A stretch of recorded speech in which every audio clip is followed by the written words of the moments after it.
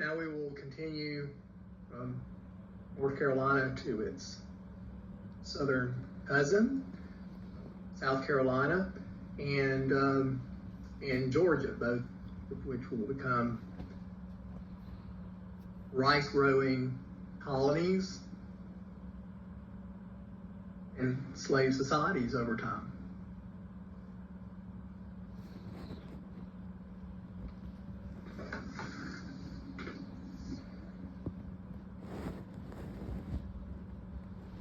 The settlement of South Carolina was an extension of the settlement of the island of Barbados in the British West Indies. Barbados had been established some years earlier as a sugar planting colony, one that depended ultimately on slaves. As the number of slaves increased on Barbados, the white population declined. Overpopulation on Barbados then spurred an exodus of the white population, which declined from about 30,000 in 1650 to 16,000 in 1700. When the reference to overpopulation here would be the combination of this growing slave population and the white population. So that's what's triggering this out-migration from Barbados.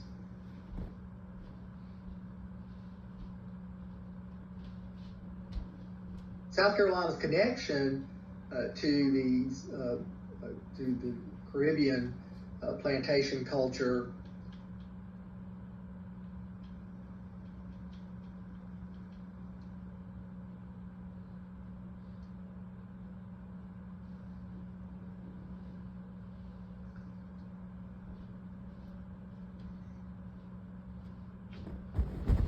initially, the South Carolina settlers encountered problems with Native Americans, as had other Maryland, Virginia, other southern colonies. North of the major city that was established in South Carolina, the major settlement at that point, it was Charleston. There were Sioux tribes such as the Santee, the Congaree, the Wateree, etc. And these tribes are found from Charlestown south to the Savannah River.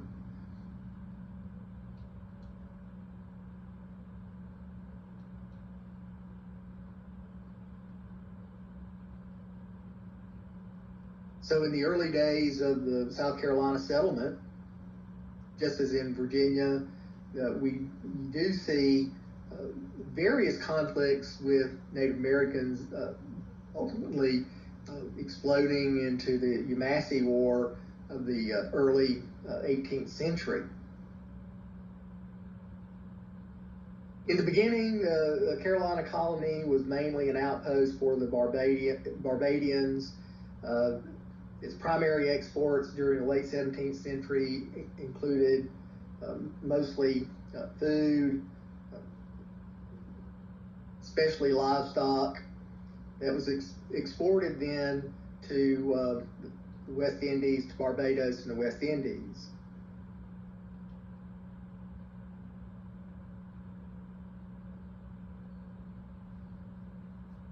Carolina provided wood, fuel, sugarcane processing, and staves for molasses barrels to Barbados. Interesting that South Carolina for a while exported sugar to Barbados, which had been a major sugar producing island.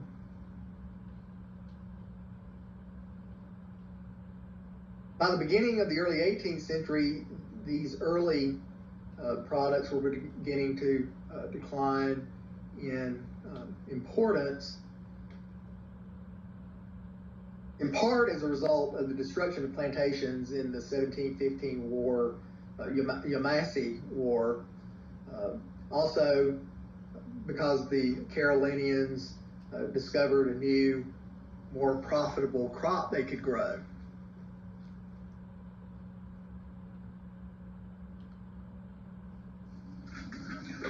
Unlike Virginia, the early South Carolinian settlers, and I'm talking about the period between roughly 1680 and 1700, carried slaves with them.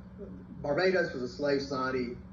Many of these Barbadian migrants were bringing their slaves with them. Now, in this early 2 decades, while the South Carolinians were dealing with various issues with the natives and so forth, and also engaged in small-scale agriculture, as I mentioned a while ago, producing for export to Barbados. Slave owners and slaves worked side by side. There's this interesting rough kind of equality that existed on the frontier. They were both everybody was threatened by the natives and joined together in defense against the natives. There was also a threat from Spain, the Spanish Empire, Spanish Florida was not very far down the coast. So there was this constant Spanish threat that faced the early settlers of South Carolina. In this early stage of settlement, slaves were required to produce for themselves. We do see the emergence of a slave economy which would be a characteristic of South Carolina even after they began to produce rice and build large rice plantations. And as I mentioned, the distinctions between slaves and slave owners for this period of time was somewhat reduced.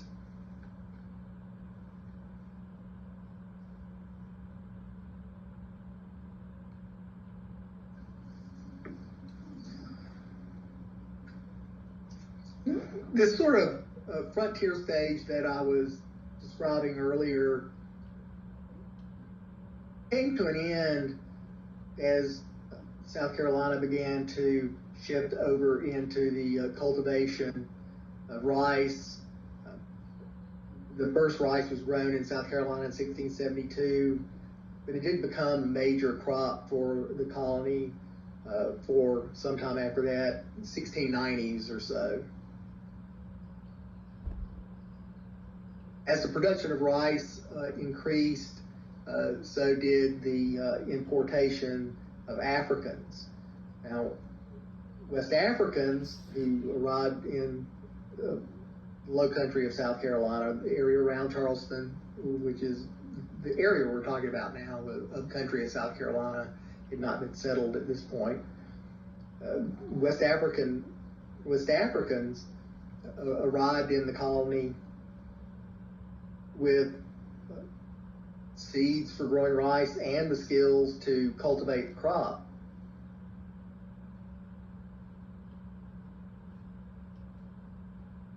Between 1700 and 1720, rice competed with just about every other crop in South Carolina, and eventually became the dominant crop, the staple crop of South Carolina. And South Carolina became the primary producer of rice for the Western market for much of the 18th century. As that is happening, more and more slaves are being brought in, so that by the 1720, South Carolina is unusual in that there is a African American majority there, and that would continue for the rest of the history of South Carolina, this black majority.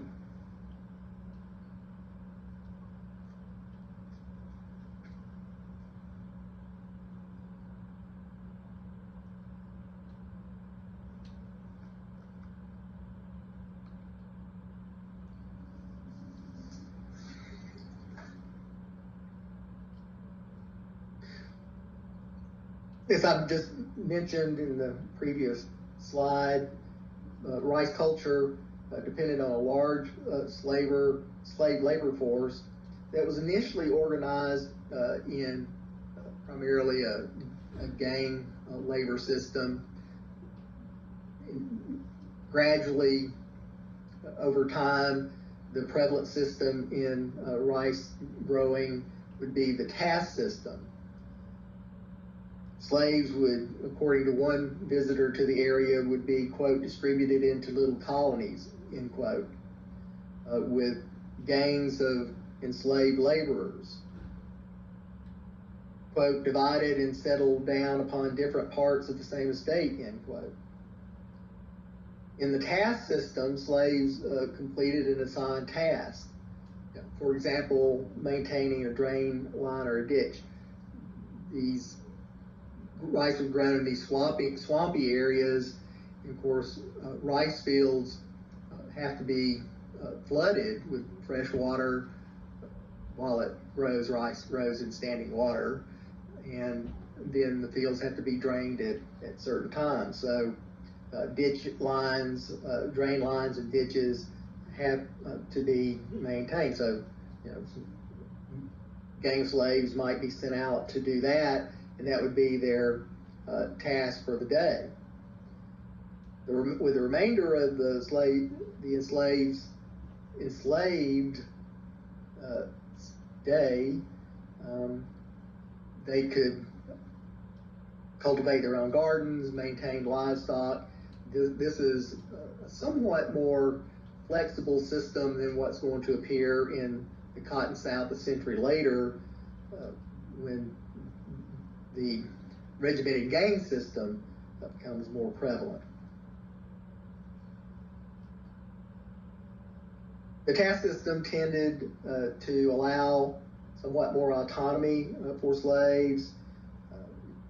Obviously not ideal way to live, but it, compared to the later gang system of the Cotton South, was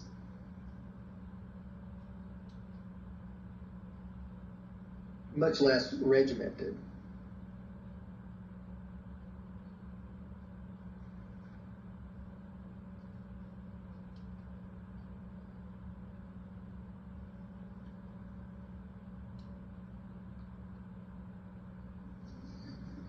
Because there was a African American majority in South Carolina,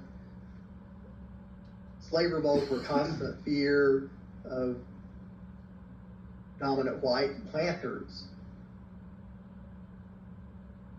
Slaveholders, enslavers imposed social and economic and legal controls. As in Virginia, the enslaved were defined as property, as chattel, that's C-H-A-T-T-E-L.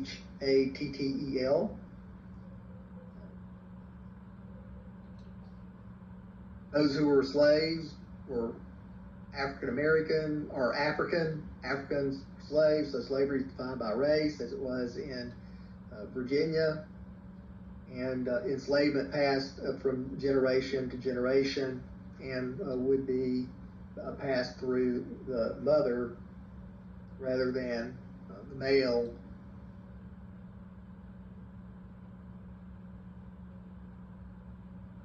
According to a South Carolina law of 1712,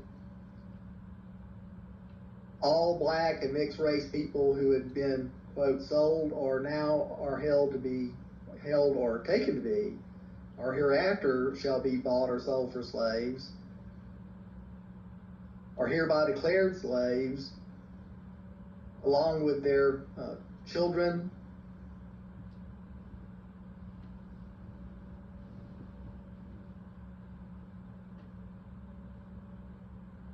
In 1690, the legislature mandated the death penalty for any slaves violently resisting slaveholder authority. In 1722, local magistrates were authorized to confiscate horses held by slaves because of fears that slaves would be communicating, for example, with the Spanish in nearby Florida.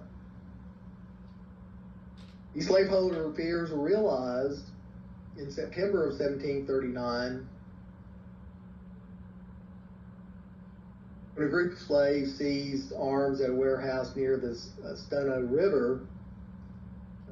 This is about 20 miles south of Charleston. This was the beginning of the Stono Rebellion, which would be the largest slave rebellion in the American colonies before the Revolution. The rebellion was led by an enslaved man called Jemmy, Jemmy, also known as Cato. Jemmy, or Cato, was from the Central African Empire of the Congo, and the Stono rebels included about 20 or more enslaved Congolese. The Stono rebels attacked low-country rice plantations and killed more than 22 whites and burned down 7 plantations.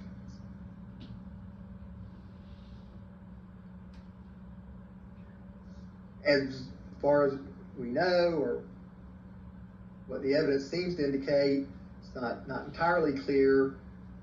The rebels were in contact with Spanish authorities in St. Augustine and had been offered freedom if they defected to Florida. The Spanish were always interested in disrupting English colonies as much as possible. The English and the Spanish were not friends at that time. Well, before the rebels could get to St. Augustine, they were intercepted by the militia, and there was a battle at the Stono River, but the revolt, as would be true of slave revolts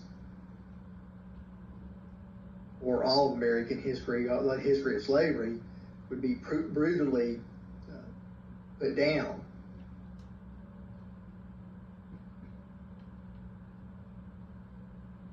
In the aftermath of the Stono Rebellion, South Carolina strengthened its laws designed to prevent future rebellions. In legislation enacted in 1740, South Carolina slaveholders imposed harsh new controls designed to prevent insurrection. This became the new slave code in South Carolina for the next century or so. Masters were required to monitor slaves' physical mobility, which was enforced through a pass system. Slaves were banned from traveling in groups larger than 7 people unless a white person was present. Slave assemblies were prohibited. Needless to say, the Security Act that had required men to carry arms to church would continue as well for a period of time.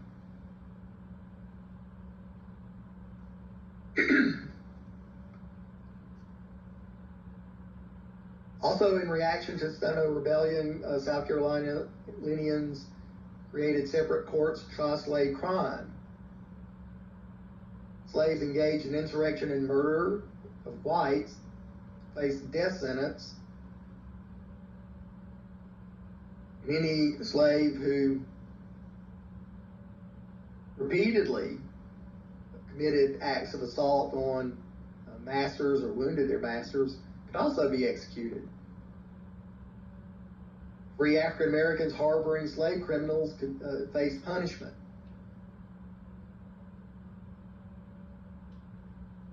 So, the Stono Rebellion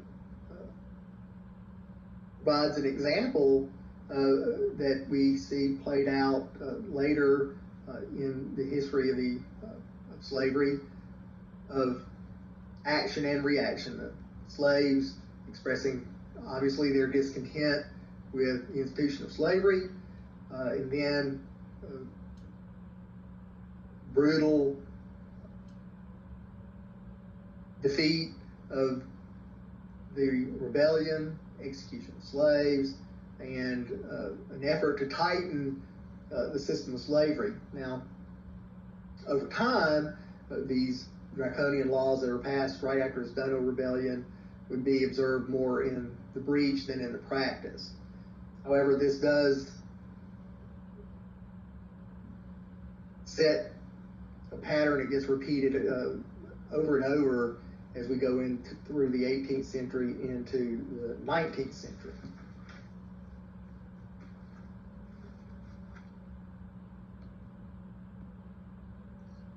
Here is a rough drawing of the plan for Charleston, South Carolina. You can see it's at the junction of the Cooper and Ashley River. There's a joke about South Carolinians, since South Carolinians tend to be somewhat arrogant, according to the joke anyway. South Carolinians believe the Ashley and Cooper River come together to form the Atlantic Ocean. In any case, you can see it's located kind of on a swampy peninsula. Great harbor, however. Charleston would become a major city in the Old South and in the nation for a while.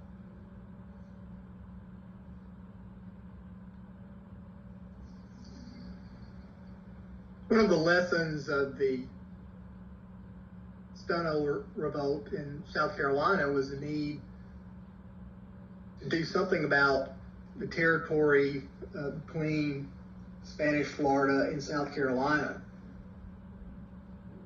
That was mostly occupied by natives. The Spanish had established some Jesuit missions in there.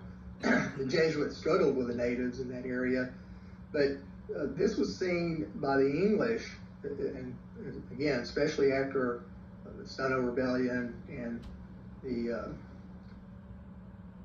believed participation in the Spanish and of the Spanish in fostering the discontent among slaves. English, South Carolinians, and the English government could see the need to fill this vacuum that existed there, again, between the northern boundary of Spanish Florida and the southern boundary of South Carolina area that, of course, is present-day Georgia, soon to be Georgia, the colony of Georgia. So there's a imperial strategic reason for settling Georgia, and I guess more famously, the settlement of Georgia was one expression of the need that some reformers felt in England to address the treatment of the working poor there. There was, by the late 1720s, mid 1720s, late 1720s, there was this organized philanthropic movement in England. It was addressing, among other things, the imprisonment of debtors. So if you had an outstanding debt, you could be thrown in prison in England at that time. Oglethorpe's humanitarian campaign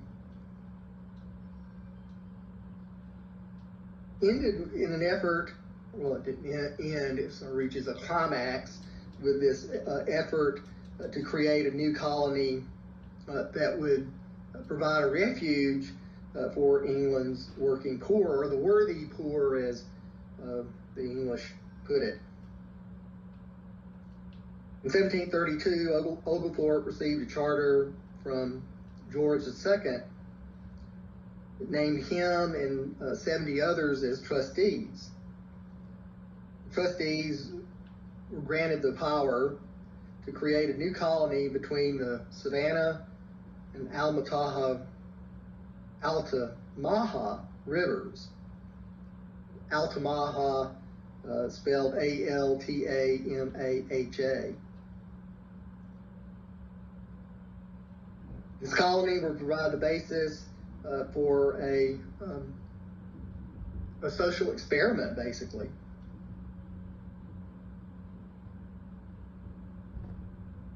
The Georgia colony sought to provide the poor of England a, quote, comfortable subsistence for themselves and their families.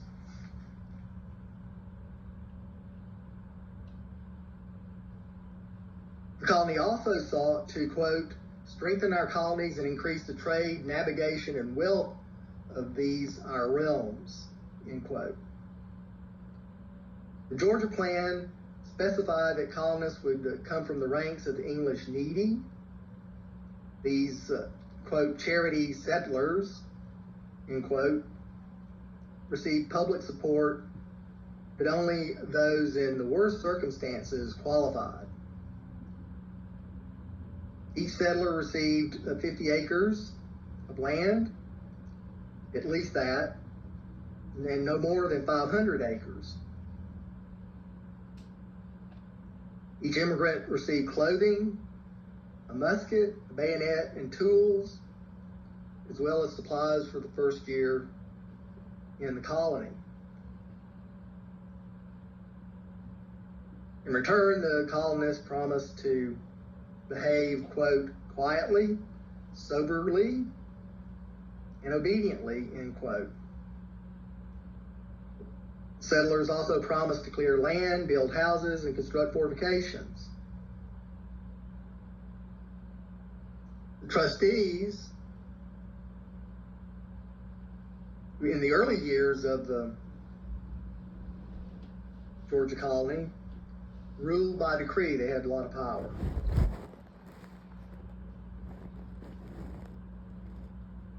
And that power was limited by a term of 21 years,